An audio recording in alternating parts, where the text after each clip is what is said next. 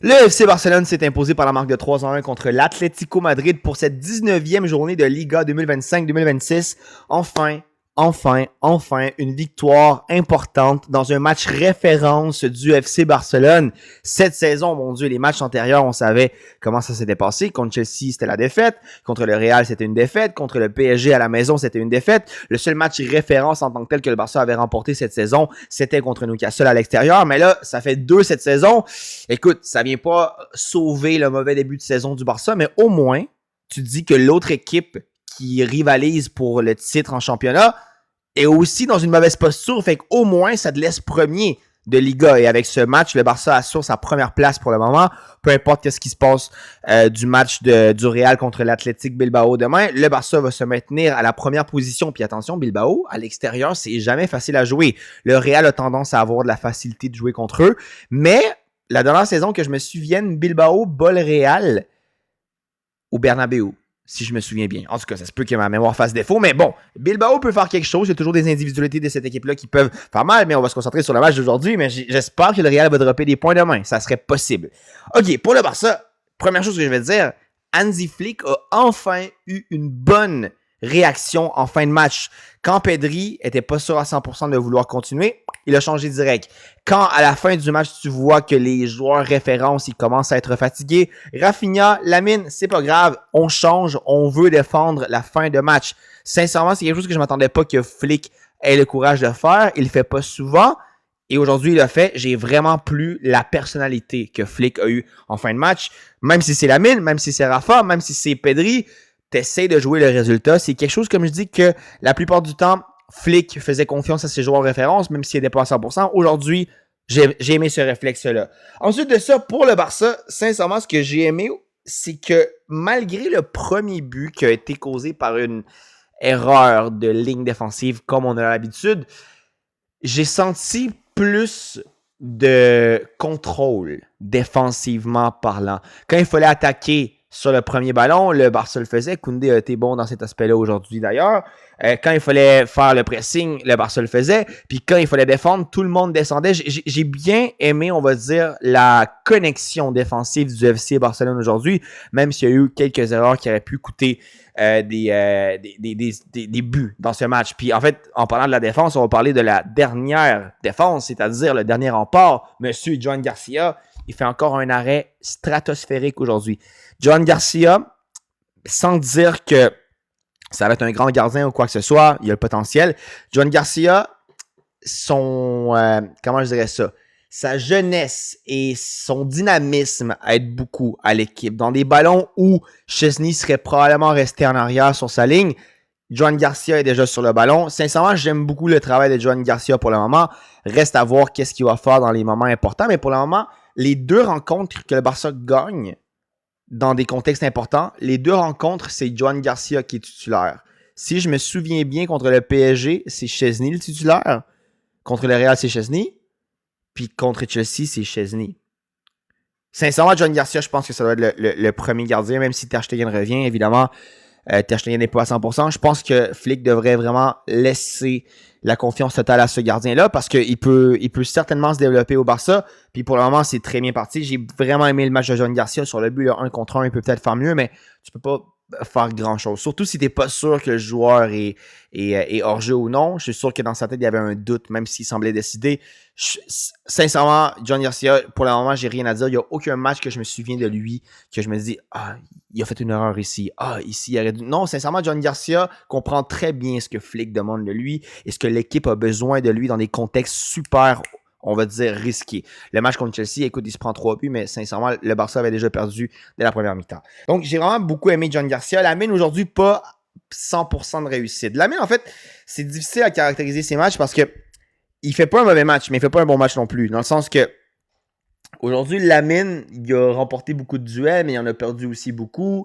Des fois, il tente de chercher la faute. Lamine, il ne faut pas oublier que même si c'est déjà une valeur sûre à mes yeux, ça reste que c'est un joueur de 18 ans, puis il va encore faire des erreurs, il va encore devoir s'ajuster en termes de style de jeu. Puis en fait, il a 18 ans, puis il y a déjà 3 joueurs sur lui. C'est normal qu'il ne va pas tout le temps réussir tous ses dribbles. Mais ça reste que, justement, avoir 18 ans, puis déjà avoir le besoin que l'équipe adverse aille défendre sur toi en étant 3 sur le ballon, ben ça enlève aussi beaucoup d'espace dans les autres sphères du terrain. C'est-à-dire que Lamine, s'il y a 3 joueurs devant lui, ben tu sais, ça reste qu'il peut faire la passe, puis trouver un Pedri qui est plus libre, un Rafinha sur l'autre côté qui est plus libre. Donc, bref, même Lamine Yamal, sans nécessairement gagner tous ses duels, le fait que ça soit une menace claire pour les défenseurs adverses, ça l'aide l'équipe d'une certaine manière sans que les gens le remarquent. Mais bref, ça c'est pour un autre débat.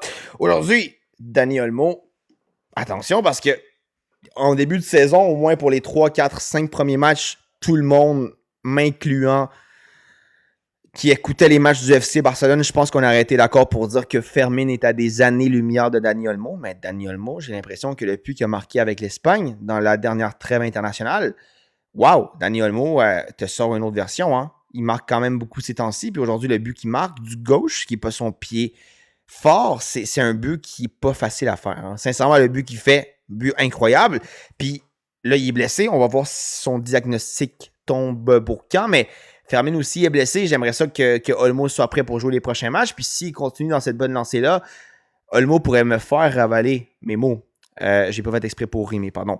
Mais je veux dire que Olmo, moi, je me disais déjà que c'était un projet gâché. Puis il a retrouvé une version qu'il avait en début de saison dernière. En début de saison dernière, je ne sais pas si vous vous souvenez, mais Olmo commence très, très bien la saison.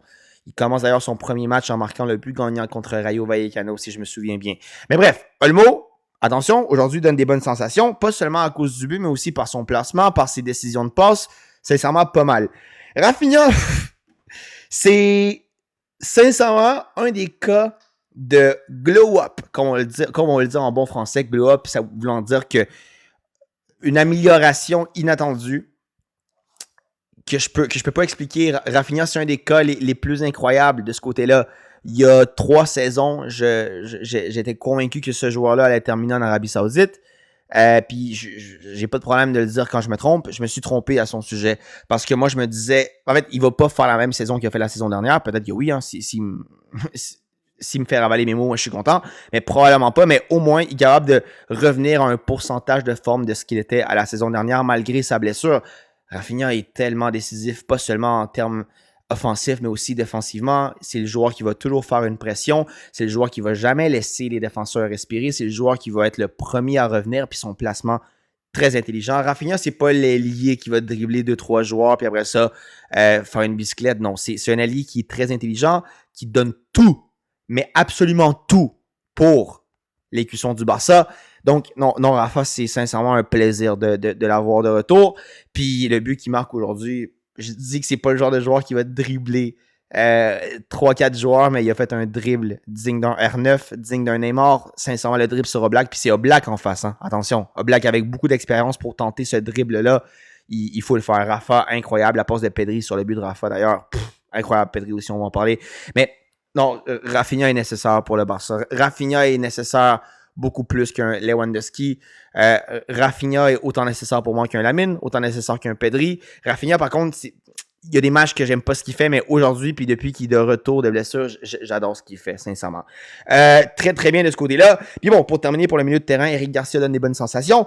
Pedri aussi, c'est là que tu remarques dans ces matchs-ci, qui est tellement important. Puis, ça me fait dire, et ça me laisse croire, on va retourner au Real, que vraiment, la raison pour laquelle le Barça a perdu le Classico, c'est à cause que Rafa et Pedri n'étaient pas là. En fait, Pedri était là, mais Pedri n'était pas à 100%. Je ne sais pas si vous vous souvenez. Puis Rafa n'était pas là. Pedri à 100% au Classico, je pense que le Barça aurait gagné, sincèrement. Pedri à 100%, puis un Rafa en super sub, je pense que le Barça aurait gagné. En voyant comment le Real joue, en voyant comment ils ont laissé tomber des points comme ça, sincèrement, Pedri est tellement différentiel.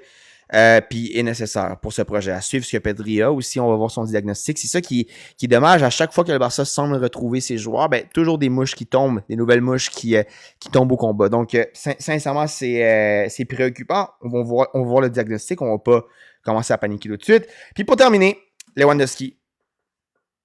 Lewandowski, c'est difficile à évaluer son cas aussi parce que Lewandowski, il t'a tellement marqué de buts que ça opaque un peu le nombre d'occasions qu'il a manqué. Mais Lewandowski, c'est pas la première fois qu'il manque un penalty pas plus loin que cette saison. Il manque un penalty super important contre Séville qui a valu une défaite de 4-1 contre le Barça. Si Lewandowski marque sur penalty, ça change le match, mais bon, il a manqué.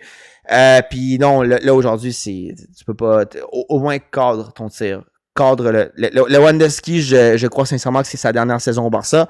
C'est le meilleur neuf du Barça, meilleur que Ferran Torres évidemment, mais non, le Barça peut pas ambitionner d'un projet comme celui que Hansi Flick veut implanter au club en ayant un neuf comme Lewandowski, puis encore moins comme Ferran. Le Barça, moi, je pense que c'est urgent qu'il aille chercher un neuf dans ce mercato. Urgent. Mais bref, on va se concentrer sur le positif. Il fait quand même une bonne passe décisive pour Dani Olmo, mais Lewandowski, moi, ça reste que c'est le meilleur neuf du Barça, je répète. Ça reste que c'est un joueur qui est le 3e meilleur attaquant de la génération pour moi, le 2e selon certains, puis je respecte. Mais bon, il faut du changement. Il faut un nouveau neuf. Il n'y a pas de neufs qui sont très plausibles en termes de probabilité pour le mercato, mais il faut un changement. Il faut que Deco fasse des changements dès cet hiver. Puis Ferran, il marque un but, puis lors de son but, fait un shit aux haters. T'es pas ce gars-là, Ferran. Je merci pour le but, puis tu viens assurer une victoire confortable pour le Barça, mais Ferran non plus, c'est pas un joueur qui est fait pour le Barça. Aujourd'hui, bon, comme je dis, en remplaçant puis en neuf, c'est pas un mauvais choix, mais comme titulaire, ça peut pas être Ferran. Ça, c'est sûr à 1000%. Bref, ça fait du bien de revoir le Barça gagner. Il y a encore des problèmes offensifs, des problèmes défensifs, puis des problèmes, on va dire, d'inexpérience au Barça. Mais bon, ça va certainement donner une confiance à l'équipe, puis ça permet de camoufler ce mauvais début de saison qui, pour moi, reste mauvais. Même si, en fait, la raison pour laquelle il a pas l'air aussi mauvais que ça, c'est parce que le Real aussi a échappé beaucoup de points, fait que ça fait que le Barça est premier en Liga, mais faut le dire, faut l'accepter. Le Barça a pas fait un bon début de saison. Moi, je pense que c'est dû aux blessures, puis dû au fait que le schéma tactique de Flick est moins efficace que la saison dernière. Mais bon, ce match-là va permettre justement de tourner la page, puis essayer de regarder vers l'avant, puis tenter de corriger les tirs dans les sphères qui sont nécessaires à corriger. Un gros shout-out à ceux qui ont vu le débrief. On se retrouve demain pour le prochain, mais si c'est pas demain, ça va être une prochaine fois. À plus!